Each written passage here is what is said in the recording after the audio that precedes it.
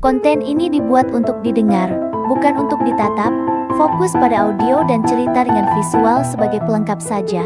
Cocok kamu dengarkan sambil kerja atau santai tanpa editing ribet. Selamat menonton. Halo, kembali lagi bersama kami. Oke, hari ini kita punya sebuah teka-teki yang menarik banget.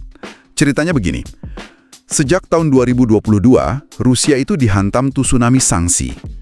Katanya sih yang paling parah dalam sejarah. Bayangkan, ada lebih dari 23.000 sanksi baru. Totalnya hampir 27.000 kalau dihitung dari tahun 2014. Logikanya, ekonomi mereka harusnya udah hancur lebur kan? Rezimnya goyah. Tapi anehnya data menunjukkan justru sebaliknya. Ekonominya nggak cuma bertahan, tapi malah tumbuh. Ini yang bikin banyak analis di barat garuk-garuk kepala. Jadi apa sebetulnya yang terjadi di balik tirai besi itu? Tepat sekali. Dan dari sumber-sumber yang kita analisis ini, ada 3 lapisan cerita yang perlu kita kupas tuntas untuk mengerti misteri ini. Pertama, kita lihat realitas sanksinya. Apa benar-benar nggak efektif? Atau ada cerita lain? Kedua, kita akan kenalan sama sekelompok aktor tak terduga yang ternyata jadi, tulang punggung rezim. Dan yang terakhir, ini yang paling seru. Kita intip pertarungan kekuasaan di Kremlin. Soal siapa penerus Putin. Oke, mari kita mulai bedeh dari yang pertama. Sip, kita mundur sedikit ke Februari 2022. Waktu invasi dimulai, respons Barat itu kan cepat dan masif. Tujuannya jelas, bikin ekonomi Rusia lumpuh. Harapannya, para elit bisnis, para oligarki bakal berbalik melawan Kremlin. Dan memaksa Putin mengubah kebijakannya. Ekspektasinya itu pukulan telak yang cepat. Rubel anjlok, bank dibekukan, aset-aset disita. Harusnya mesin perang mereka kehabisan bensin gitu kan? Tapi skenario ideal itu nggak pernah kejadian. Kenapa ya? Nah, sumber-sumber ini menunjukkan beberapa faktor kunci. Pertama, ternyata Rusia itu udah latihan sejak 2014. Sejak sanksi pertama dijatuhkan setelah aneksasi Crimea. Mereka udah membangun semacam benteng ekonomi. Jadi mereka nggak sepenuhnya kaget. Oh, jadi mereka udah siap sedia, semacam udah melakukan simulasi krisis gitu ya? Betul. Dan ada faktor kedua yang ironis banget loh. Di awal-awal sanksi 2022, Uni Eropa itu ternyata belum siap mental buat langsung berhenti beli energi Rusia. Mereka malah panik dan menimbun minyak dan gas. Akibatnya, harganya meroket. Tepat.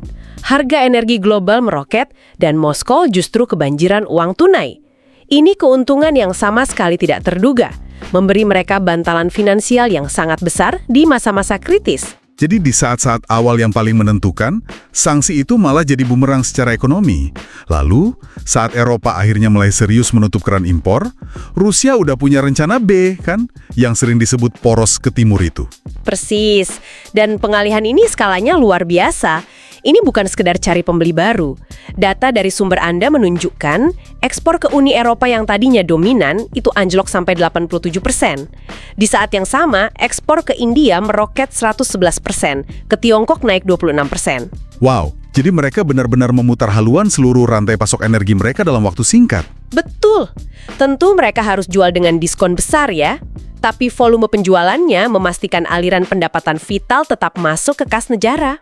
Hasilnya tercermin di angka pertumbuhan ekonomi mereka yang benar-benar di luar nalar. Jauh dari kata runtuh, ekonomi Rusia malah tumbuh 3,6% di 2023 dan perkiraannya bahkan bisa 4,3% di 2024. Jadi, apa kita bisa simpulkan dari sini bahwa sanksi itu gagal total? Gagal total mungkin kata yang terlalu kuat. Sumber-sumber ini lebih menggambarkannya sebagai tidak mencapai tujuan utama dalam jangka pendek. Sanksi tidak meruntuhkan ekonomi, tapi berhasil membebarkan apa yang disebut biaya tersembunyi yang sangat besar. Dan pukulan yang paling terasa, yang dampaknya jangka panjang, adalah embargo teknologi. Oke, coba kita bedah soal embargo teknologi ini. Maksudnya gimana secara konkret? Artinya Rusia jadi susah banget dapat akses ke mesin-mesin canggih, suku cadang presisi, dan terutama semikonduktor dari Barat. Tentu mereka bisa cari jalan tikus lewat negara ketiga, lewat Tiongkok, lewat negara Asia Tengah. Tapi ini bikin semuanya jadi jauh lebih mahal, lebih lambat, dan kurang efisien. Jadi ekonominya pelan-pelan terkikis daya saing teknologinya. Kayak dipaksa lari maraton sambil bawa beban berat gitu ya? Bener, ada contoh nyata yang digambarkan di sumber-sumber ini. Industri otomotif. Bayangkan, setelah perusahaan kayak Renault dan Volkswagen hengkang, pabrik-pabrik lokal terpaksa memproduksi mobil Lada versi retro. Retro? Maksudnya? Tanpa airbag, tanpa rem ABS. Karena komponen-komponen penting itu nggak bisa lagi didatangkan dari barat. Jadi secara teknologi mereka mundur 1 atau 2 dekade ke belakang. Contoh lain yang krusial itu di sektor militer. Walaupun produksi senjata terus naik karena suntikan dana besar-besaran, biayanya membengkak. Satu sumber menyebut harga beberapa komponen semikonduktor yang harus diselundupkan itu bisa 2 kali lipat lebih mahal.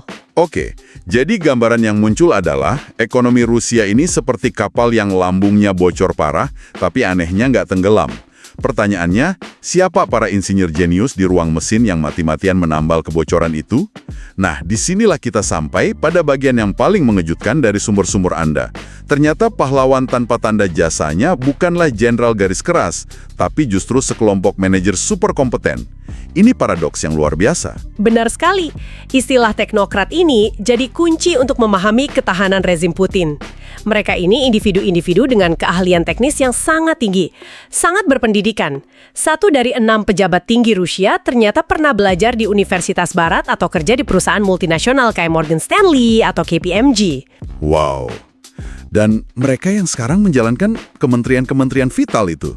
Tepat, Kementerian Keuangan, Pajak, Pembangunan Digital, sampai Bank Sentral.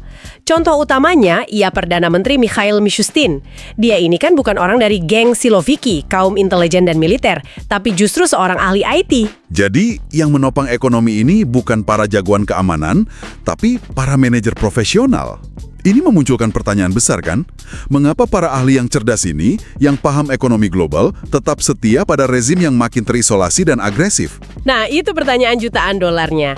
Dan jawabannya, menurut sumber-sumber ini, adalah sebuah sistem canggih yang disebut borgol emas, golden handcuffs. Oke, borgol emas.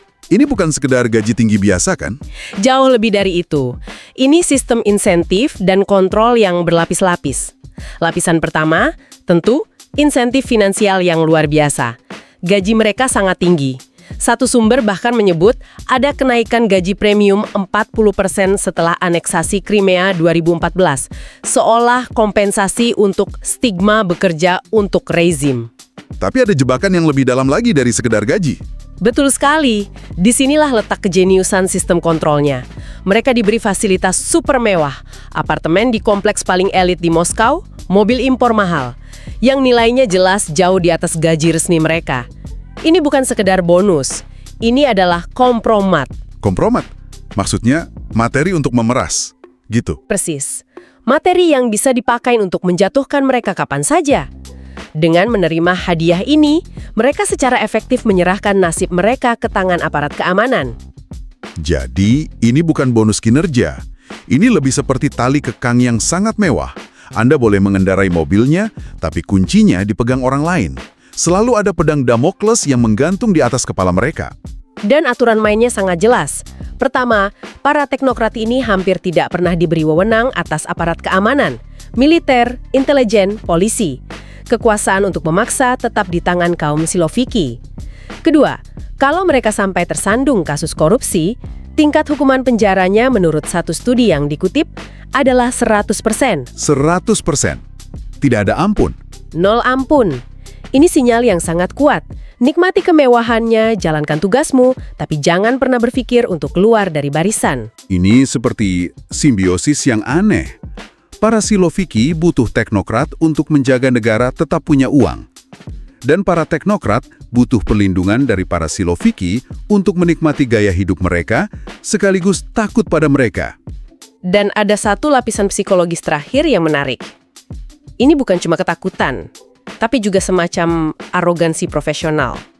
Banyak dari mereka percaya keahlian mereka itu esensial dan akan selalu dibutuhkan siapapun penguasa di Kremlin nanti.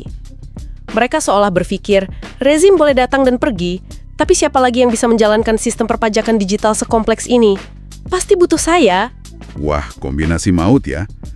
Insentif finansial, ancaman pemerasan, dan keyakinan bahwa diri mereka tak tergantikan.